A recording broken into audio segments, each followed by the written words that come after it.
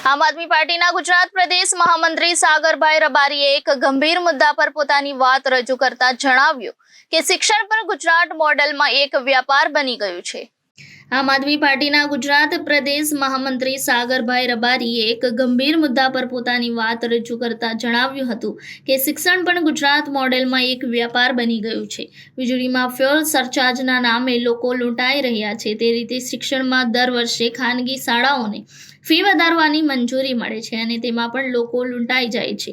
જો આપણે પાડોશી રાજ્ય રાજસ્થાન સાથે તુલના કરીએ તો આપણને ખ્યાલ આવશે કે રાજસ્થાનમાં 3 વર્ષ સુધી સ્કૂલની ફીસ વધારી શકાતી નથી। તેવી જ રીતે વાલીઓનું પ્રતિનિધિત્વ ફીસ વધારા સમિતિમાં છે, ત્યારે આપણા ગુજરાતમાં વાલીઓને કોઈ અવાજ પ્રતિનિધિત્વ સમિતિમાં નથી।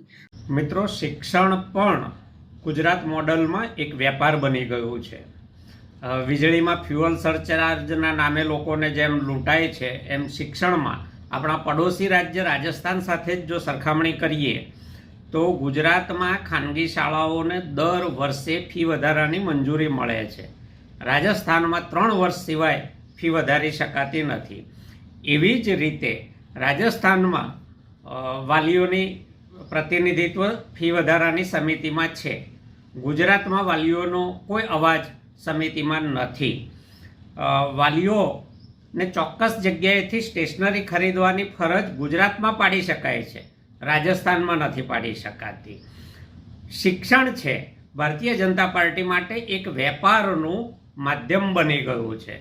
ભારતીય જનતા પાર્ટીને કોઈ રસ નથી કે ગુજરાતના વિદ્યાર્થીઓ સારું શિક્ષણ મેળવે અને જીવનમાં આગળ વધે।